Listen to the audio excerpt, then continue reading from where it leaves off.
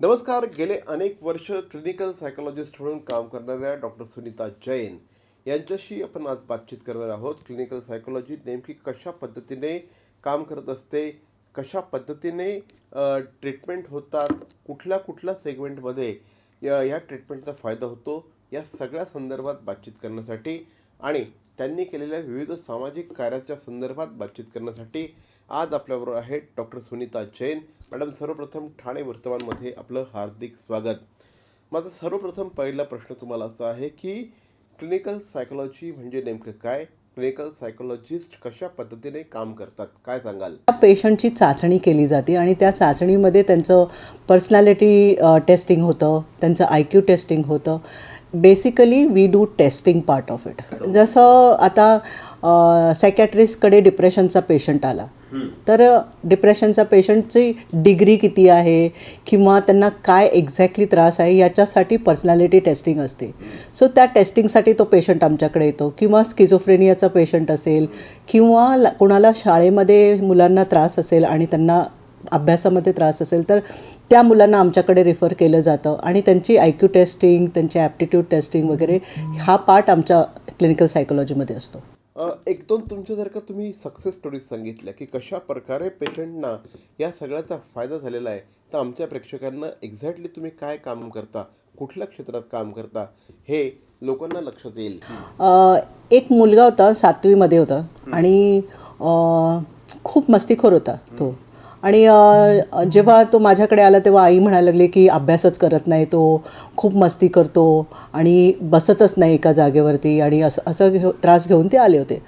तर त्या मुलाचं मी पूर्ण त्याचं अभ्यासाचं हे बघितलं, त्या किती मार्क्स मिळतात, 3 वर्षाचं त्याचं हे बघितलं, ग्राफ बघितला. त्याच्यानंतर आम्ही त्याची IQ टेस्टिंग केली. तर IQ टेस्टिंगमध्ये तो मुलगा बॉर्डरलाईनमध्ये होता. IQ टेस्टिंग वॉज बॉर्डरलाईन, म्हणजे तो बॉर्डरलाईनच्या खाली पण नव्हता आणि वरती पण नव्हता. तर बॉर्डरलाईन असल्यावरती ह्या मुलांना खूप अभ्यास करावा लागतो आणि खूप अभ्यास केल्यानंतर त्यांना थोडंसं म्हणजे ते चांगले मार्क मिळवू शकतात. तर तो मुलगा पूर्ण मेहनत करून ते मार्क मिळवत होता, पण घरामध्ये त्याचं कंपॅरिझन त्याच्या मोठ्या बहिणीशी होत होतं, जिला 80-85% मिळत होते.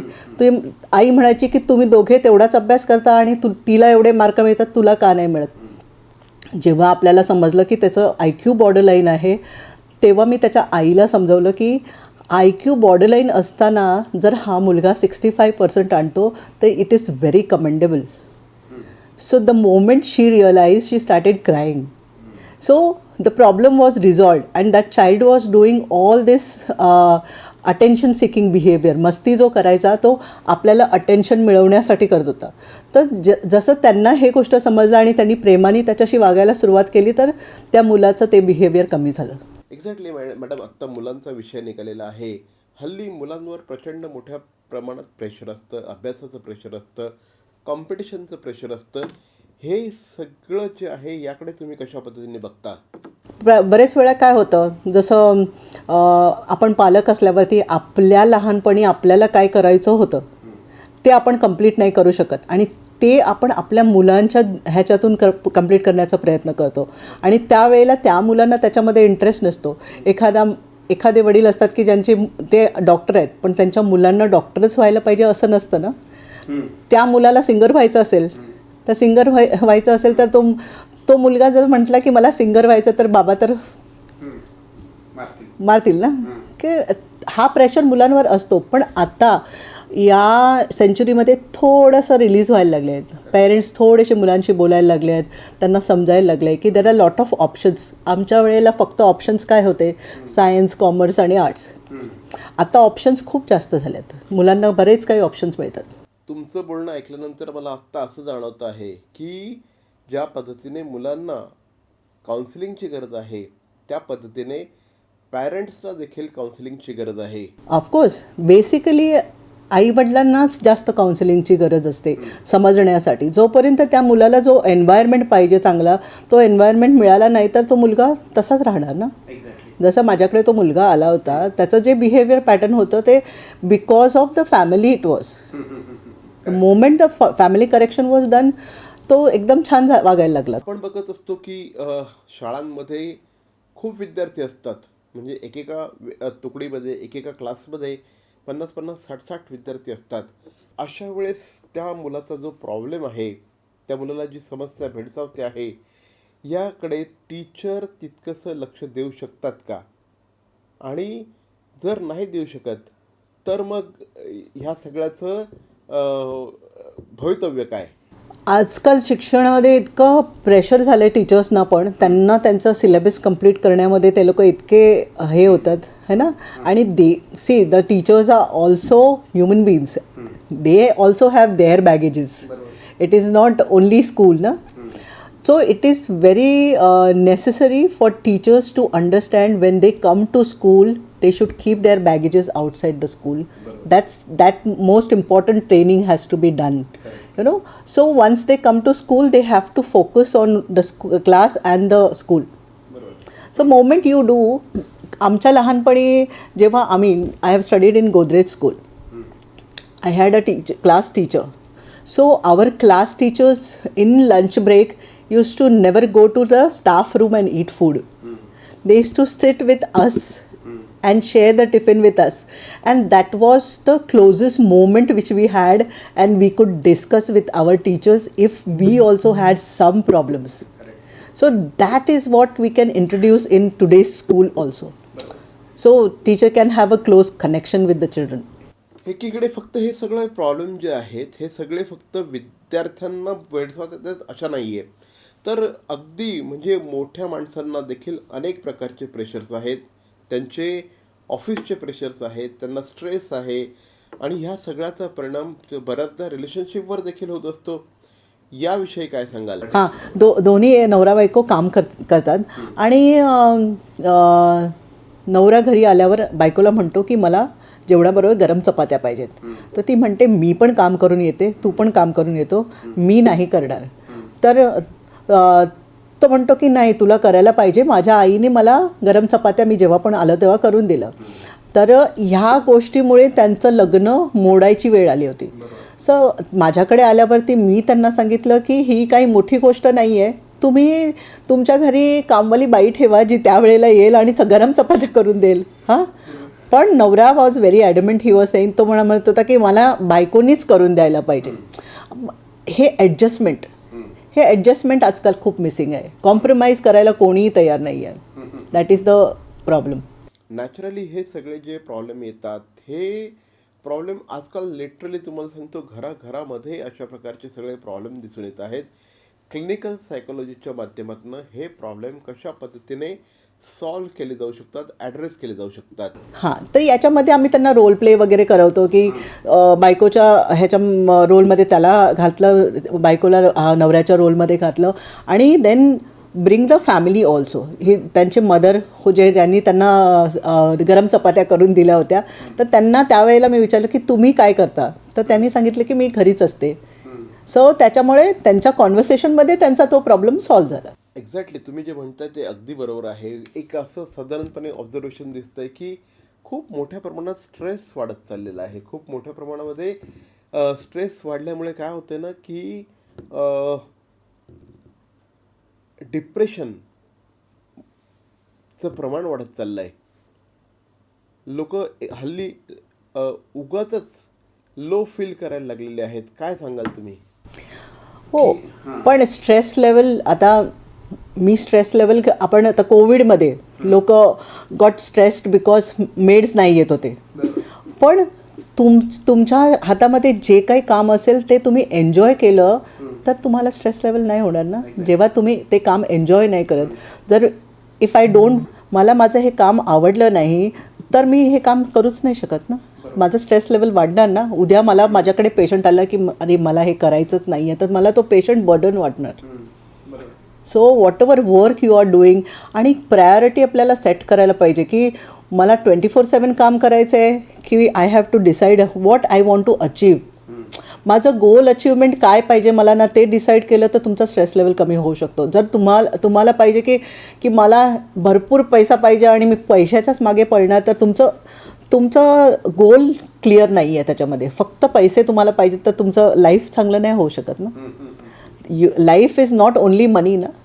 त्याच्यामध्ये सगळं येतं ना, फॅमिली येतं, तुमचं सोशल येतं, तुमचं वर्क येतं, सगळं येतं. तेव्हा तुमचा तो सर्कल कंप्लीट होतो. तर तुम्ही एक सर्कलमध्ये फक्त एकच गोष्ट फॉलो केली तर तुम्हाला स्ट्रेस तर होणारच. एक्झॅक्टली, तुम्ही जे म्हणता आहात हे खूप सिरियस आहे. आणि हे सगळं होत असताना ना, याचा सगळ्याचा परिणाम अक्षरशः सुसाईडपर्यंत देखील चाललेला आहे. स्ट्रेस, मी सांगते स्ट्रेस किती छोटा असू शकतो ना स्ट्रेस. माझ्याकडे एक कंपनीचा CEO आला होता. तो बऱ्याच ठिकाणी जाऊन आला, त्याला खूप डिप्रेशन झालं होतं. आणि माझ्याकडे येऊन पण त्याचे 4 सेशन झाले आणि मला त्याला काय प्रॉब्लेम आहे कळत नव्हतं. मग 5व्या सेशनमध्ये मी फक्त त्याला एकदा असंच विचारलं की तुमच्या लाईफमध्ये आत्ता सध्या काहीतरी चेंज झालं आहे का. तर तो बोलता बोलता बोलून गेलं की माझी आई आली आहे. That was a point which I caught. आणि मी त्याला म्हटलं की अच्छा आई आली आहे तर काय इश्यू आहे हे आणि हे, असं त्याला लहानपणीच्या गोष्टी विचारायला सुरुवात केलं. तर त्यांनी सांगितलं, तो एकदम ढसाढसा रडायला लागला. तो एवढा 45 वर्षाचा माणूस होता आणि तो ढसाढसा रडायला लागला की माझ्या आईने मला 8वीमध्ये असताना बेल्टनी मारलं होतं आणि ती आत्ता आल्यावरती माझे ते मेमरीज परत आलेत. आणि त्या मेमरीजमुळे तो डिप्रेशनमध्ये गेला. कारण घरामध्ये काहीच प्रॉब्लेम नव्हता. तो was in a very good company, CEO, घरामध्ये 2 मुलं होती छान, बायको छान होती, सगळं एव्हरीथिंग वॉज गुड. पण हा एवढूसा छोटासा स्ट्रेस तो माणूस हँडल नाही करू शकला. ह्या स्ट्रेसमुळे त्याने 6 महिने डिप्रेशनमध्ये गेला. मॅडम, अशा वेळेस ज्यावेळेस हे सगळं इश्यूज समोर येत असतात, एखादा मुलगा, एखादी मुलगी किंवा आपल्यापैकी कोणीतरी ज्यावेळेस थोडेसे डिप्रेस्ड फील करायला लागतात, त्यावेळेस कुटुंबाचा रोल कशा पद्धतीने येतो आणि काय काय लक्षणं दिसायला लागतात? See, you lose interest, then you start sleeping more, you lose your appetite, lot of things. It depends on the person to person. कोणाला काही असू शकतं, माणसं बोलायला कमी लागतात, है ना. सो तुमच्या आजूबाजूच्या लोकांशी तुमचं नातं तुटतं. सी, आपल्या घरामध्ये जो माणूस 15 वर्षापासून वागतो आणि त्याच्यामध्ये चेंजेस झाले तर आपल्याला पटकन समजतं की आता तो माणूस नेहमी आपल्यामध्ये येऊन बसायचा आणि आता बसत नाही आहे. दिस इज अ प्रायमरी लक्षण की तो माणूस माणसांमध्ये बसत नाही आहे. बोलायचा कमी झाला आहे, जेवण कमी झालं आहे, रुटीन चेंज झालं आहे, बरेच काही गोष्टी आहेत ना. So the moment you realise there is something wrong, have a good communication. त्यांच्याबरोबर कम्युनिकेशन करा, त्यांच्याशी बोला की काय प्रॉब्लेम आहे. आणि अनकंडिशनल सपोर्ट हा मोस्ट इम्पॉर्टंट वस्तू आहे. की काय होतं ना, आजकालचे टीनेज मुलं आईबाबांशी बरेच काही गोष्टी शेअर नाही करत, ड्रग्समध्ये इन्व्हॉल्व होतात. पहिल्यांदा ते लोक फक्त मुलांबरोबर ट्राय करायचं म्हणून चालू करतात ते, आणि then slowly they drift into it. पण आपला मुलगा रूममध्येच बसायला लागला आहे, आपला मुलगा आपल्याशी इंटरॅक्ट करत नाही आहे, तर it's a warning sign for you. तर त्या वॉर्निंग साईनला तुम्ही त्याच्याशी बसून मोकळेपणे बोला की त्याला काही प्रॉब्लेम असेल, आणि we are there to support you for everything, whatever is there, any problem is there, you can discuss with us. तो कॉन्फिडन्स जोपर्यंत तुम्ही त्याला देत नाही ना, तोपर्यंत तो मुलगा ओपन नाही होणार तुमच्याशी. नॅचरली. म्हणजे पण मला एक सांगा, मला थोडंसं वेगळ्या दिशेला घेऊन जायचं आहे की एखाद्या माणसाला काहीतरी थोडंसं डिप्रेस्ड वाटत असेल, लो फील करत असेल, तर अशा वेळेस त्या माणसाने स्वतः काय करायला पाहिजे? कुठल्या अशा स्टेप्स त्याने घेतल्या पाहिजे की त्या माध्यमातून तो पुन्हा एकदा बाउन्स बॅक होऊ शकतो?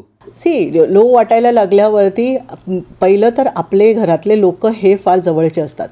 हे सगळ्यांना एक गोष्ट समजायला पाहिजे की बाहेर सपोर्ट न शोधता आपल्या घरामध्ये सपोर्ट शोधा, कारण that is the most important. ही माणसं आपल्यासाठी नेहमी राहणारी माणसं आहेत, बाहेरची माणसं तुमचा उपयोग करून घेणार. नॅचरली. मॅडम, ज्यावेळेस ह्या सगळ्या गोष्टींना तुम्ही रोज ॲड्रेस करत असता, अशा प्रकारचे सगळे पेशंट्स तुम्ही ज्यावेळेस हँडल करत असतात, त्यावेळेस ह्या सगळ्याचा परिणाम तुमच्यावर सुद्धा होत असेल. अवतीभोवतीचं जे निगेटिव्ह वातावरण असतं, दिवसभर आपण निगेटिव्हिटीशीच सामना करत असतो, तर ही निगेटिव्हिटी स्वतःमध्ये येऊ नये यासाठी तुम्ही कशा पद्धतीने काळजी घेता? See, negativity it is there situation, it is not माझं सिच्युएशन नाही आहे ते. मला त्यांना हेल्प करायचं आहे, मला त्यांचं नेगेटिव्हिटी माझ्यापर्यंत नाही येऊन द्यायचं आहे. So I have made a barriers. That is my profession.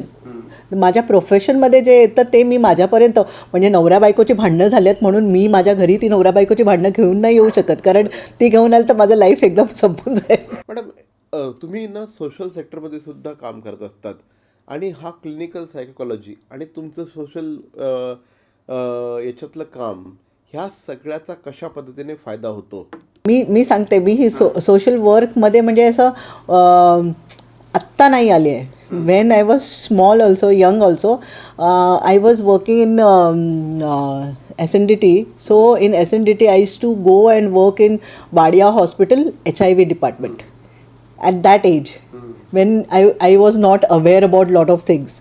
So Balbir Pasha को एड्स होगा क्या? हाँ, तो I use to work in HIV ward. My parents didn't know. माझ्या पेरेंट्सना हे माहिती नाही, कारण माझे parents they are not very educated. So both of them they don't, त्यांना ह्या गोष्टीची कल्पना पण नाही आहे की हे सगळं असं करतात म्हणून. तर तेव्हा मी कॉलेजमध्ये असताना पण मी HIV वॉर्डमध्ये काम केलेलं आहे. तर तेव्हा मी जेव्हा पाहिलं लोकांना ना, की तेव्हा मला वाटलं की मला जर फ्युचरमध्ये चान्स मिळाला तर मी लोकांना हेल्प करू शकते करून. मी गावी जायची, तेव्हा आमचं गाव आहे खर्डी, महाड.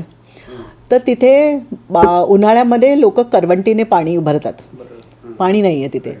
तर त्यावेळेला मला असं वाटलं की मला कधी चान्स मिळाला तर मी कोणाचा तरी पाण्याचा प्रॉब्लेम सोडवेन. आणि 2020-21मध्ये मी जेव्हा चेअरमॅन झाली आणि शहापूरमध्ये जिथे डॅम आहे, त्या डॅमच्या खालची जी गावं आहेत तिथे त्या गावांमध्ये पाणी नाही आहे. तर तिकडे आम्ही लोकांनी तो कृत्रिम तलाव बनवला. तर तो माझा लहानपणीचा ड्रीम होता की मी कोणाला तरी पाणी पोचवेन. तो ड्रीम मी कंप्लीट केला. एक्झॅक्टली, तुम्ही आत्ता सांगितलं ह्या गावाची स्टोरी अतिशय इन्स्पायरिंग आहे. म्हणजे त्या स्त्रियांना एवढं लांब लांबून पाणी आणावं लागत होतं आणि आपल्या एका प्रोजेक्टमुळे आज त्यांचं आयुष्य सुखकर झालेलं आहे. तुम्ही त्या गावामध्ये जाता, त्या लोकांशी बोलता, संवाद साधतात, त्यावेळेस काय वाटतं? त्यांच्याकडे जेव्हा आम्ही गेलो ना फर्स्ट टाईम, तेव्हा त्यांनी सांगितलं की आमच्या मुली शाळेत जात नाहीत कारण त्यांना पाणी भरायला लागतात, कारण पाणी भरण्यासाठी त्यांना खूप लांब जाऊन पाणी भरावं लागत होतं. तर मुली शाळेत जायला लागल्या पाणीची सोय केल्यामुळे. तुम्ही मॅनग्रोव्हच्या संदर्भात सुद्धा खूप चांगल्या पद्धतीचं काम केलेलं आहे. वास्तविक मॅनग्रोव्हकडे खूप दुर्लक्ष होतं आहे, त्याची बिनदिक्कतपणे तोड केली जाते आहे. तुम्ही या संदर्भात खूप काम केलेलं आहे, तुमचे अनुभव सांगा. कांदळवनच आम्ही लोकांनी गव्हर्नमेंटच्या ह्याच्याबरोबर MOU साईन करून आम्ही तो प्रोग्राम केला होता. वसईला एक ते आपलं ऐरोलीचं इन्फॉर्मेशन सेंटर आहे. तर त्या इन्फॉर्मेशन सेंटरचा छोटा रेप्लिका आम्ही तिकडे वसईला बनवला है ना. आणि तिकडच्या लोकांना बोटिंग आणि तिकडच्या बायकांना तिथे कुकिंग करून, त्या लोकांना जे फिरायला लोक येतात त्यांना ते बोटिंग वगैरे करून तिथे information centre kind of thing आम्ही सेटअप केलेलं आहे तिथे. वाडिया हॉस्पिटलमधल्या मुलांना तुम्ही शूज त्यांच्यासाठी तुम्ही शूज बनवण्याचं एक सोशल प्रोजेक्ट राबवत आहात. या प्रोजेक्टविषयी सांगा. वाडियामध्ये करेक्टिव्ह सर्जरीसाठी बाहेरून खूप लोक येतात. Wadia is a very good place where small childrens are treated. And बाहेरचे लोक येतात, त्यांना प्रत्येक वर्षी त्या मुलाच्या शूजची साईज चेंज होते. ओके, तर त्यांना प्रत्येक वर्षी तो शूज लागतो आणि त्या शूजची किंमत बाहेर थोडी महाग आहे, तर त्यांना ते अफोर्ड नाही आहे होत. तर त्याच्यासाठी आम्ही वाडियामध्येच फॅक्टरी सेटअप केली जिथे ती रिझनेबल रेटमध्ये त्यांना ती शूज मिळतात. या व्यतिरिक्त देखील तुम्ही अनेक कामं केलेली आहेत, काही ठिकाणी शाळा सुरू केलेल्या आहेत. या सगळ्याविषयी सांगा. किन्नर समाजासाठी त्यांचं आता इकडे मलाडमध्ये त्यांचं अपना घर म्हणून एक सेंटर आहे. त्या अपना घर सेंटरमधले जे किन्नर आहेत त्या लोकांना आम्ही लोकांनी प्रोफेशनल ह्याच्याची मशीन बसवून दिली, जिथे ते लोक हे बनवतात, काय बनवतात, डिस्पोजेबल प्लेट्स आणि हे बनवतात, त्याची मशीन टाकून दिली त्यांना. ह्यांना आम्ही ट्रेनिंग दिलं ह्याच्यासाठी की फोटोग्राफी ट्रेनिंग. त्याच्यातला एक किन्नर आता फोटोग्राफी करतो. तर देर इज सम काही किन्नर्स आहेत ज्यांना आम्ही लोकांनी डॉक्टर्सची ट्रेनिंग पण दिलेली आहे. Some of them have become doctors now. So मला ह्याच्यामध्ये आणखीन बरेच काही काम करायचं आहे, पण हात कमी पडतात. जिथे आम्ही पाण्याचं हे करून दिलं, तलाव करून दिला, तिथेच आम्ही ही शाळा पण सेटअप केली. ह्यांची शाळा ऑलरेडी होती छोटीशी, पण ती छोटी शाळा त्यांना पुरत नव्हती, कारण त्यांना मग एक वर्ग लावला की दुसरा वर्ग लावता येत नव्हता. तर आम्ही ती शाळा आता डबल स्टोरी शाळा बनवून दिली आहे त्यांना, आणि तिथे त्यांचं टॉयलेट्स बनवून दिले, किचन बनवून दिलं आहे त्यांचं. या गावाला आम्ही पूर्णपणे आणखीन डेव्हलप करायचा विचार करतो आहे, कारण त्यांच्या इथे आम्हाला चेक डॅम्स बनवायचे आहेत आणखीन, आणि व्होकेशनल ट्रेनिंग सेंटर लेडीजसाठी बनवायचं आहे. आणि ह्या शाळेसाठी आम्ही काय केलं की प्रत्येक वेळेला तर आम्ही प्रत्येक वेळेला जाऊन त्यांना देत नाही राहू शकत ना. सो स्वावलंबी बनवण्यासाठी त्यांच्यासाठी आम्ही आंब्याच्या झाडाची लागवड केली आहे, आणि ह्या आंब्याची जे पण फळं येतील आणि ते विकतील, त्याच्यातून जे पण पैसे निर्माण होतील ते शाळेसाठी वापरू शकतात. नॅचरली मॅडम, तुम्ही आज प्रचंड मोठ्या प्रमाणात काम करत आहात. एक सायकोलॉजिस्ट म्हणून लोकांच्या आयुष्यात बदल घडवत आहात. एक सोशल कार्यकर्ता म्हणून, सामाजिक कार्यकर्ते म्हणून काम करत आहात. मॅडम, भविष्यातल्या योजना काय? आता गेल्या वर्षी रोटरी थ्रू फिल्म फेस्टिवल केलं होतं, है ना, प्रभात बरोबर. यावर्षी पण आम्ही तो करणार आहे, आणि यावर्षी मी तो ठाण्यात करायचा विचार करते आहे, तो film festival, short film festival. So that is one big thing which I am planning to do, and I'm planning to file my nomination for All India election for Inavil. So that will be due in December. तर हे होत्या doctor Sunita Jain. Doctor Sunita Jain यांच्याशी आज आपण बातचीत केलेली आहे, आणि निश्चितपणे हा प्रवास अनेकांसाठी इन्स्पायरिंग आहे. मॅडम, आमच्याशी बोलत त्याबद्दल धन्यवाद. ठाणे महानगरपालिकेचे मालमत्ता कर म्हणजेच प्रॉपर्टी टॅक्स भरण्याचे आवाहन. सन 2022-23 या आर्थिक वर्षाचे मालमत्ता कराचे म्हणजेच प्रॉपर्टी टॅक्सचे बिल ठाणेकर करदात्यांना महापालिकेमार्फत आर्थिक वर्षाच्या सुरुवातीस म्हणजेच माहे एप्रिल 2022 मध्ये देण्यात आलेले आहे. तथापि अद्यापही काही करदात्यांनी मालमत्ता कर महापालिकेकडे जमा केलेला नाही. सध्या आर्थिक वर्षाचा अंतिम टप्पा सुरू झाला आहे. मालमत्ता कर वसुलीसाठी महापालिकेतर्फे कडक कारवाई हाती घेण्यात आली आहे. या अंतर्गत जंगम मालमत्ता, टीव्ही, फ्रीज, वाहन व इतर जप्त करणे, तसेच स्थावर मालमत्ता वॉरंट बजावून जप्त करण्यात येत असून मालमत्तेचा जाहीर विक्रीद्वारे लिलाव करून कराची रक्कम वसूल करण्यात येत आहे. मालमत्तेस पाणी पुरवठा करण्यात येणारे नळ संयोजन खंडित करण्यात येत आहेत. त्याचप्रमाणे थकीत मालमत्ता करावर 2% व्याज आकारले जात असल्याने भरावयाची रक्कम वाढत आहे. आपला मालमत्ता कर propertytax.thanecity.gov.in या लिंकद्वारे, तसंच गुगल पे, फोन पे, पेटीएम याद्वारे ऑनलाईन पद्धतीने करण्याची सुविधा उपलब्ध करून दिली आहे. शनिवार, रविवार व सार्वजनिक सुट्टीच्या दिवशी नागरिकांना मालमत्ता कर भरणे सोयीचे व्हावे याकरता महापालिकेचे मालमत्ता कर संलग्न कार्यालय या दिवशी कार्यान्वित ठेवण्यात आलेले आहे. तरी मालमत्ता कर वसुलीची अप्रिय कारवाई टाळण्याच्या दृष्टिकोनातून मालमत्ता कर भरून महापालिकेस सहकार्य करावे. धन्यवाद. CP Goenka International School, nurturing talent at young age for scholastics, sports and performing arts in global perspective. Proud to have world toppers and country toppers in 10th standard Cambridge examinations. Ranked the best emerging school by the Times of India for personality over percentage, CP Goenka is the intelligent choice.